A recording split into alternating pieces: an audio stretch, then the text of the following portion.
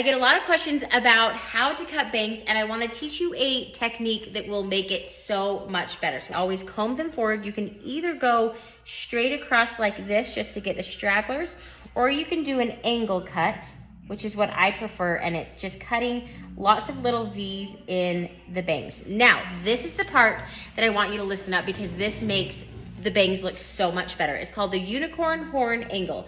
You're going to take a little section right here in the middle. You want to find the bottom length, which is this front section right here, the length that you just cut. You also want to find the top length, which is this middle mohawk guide that you already created.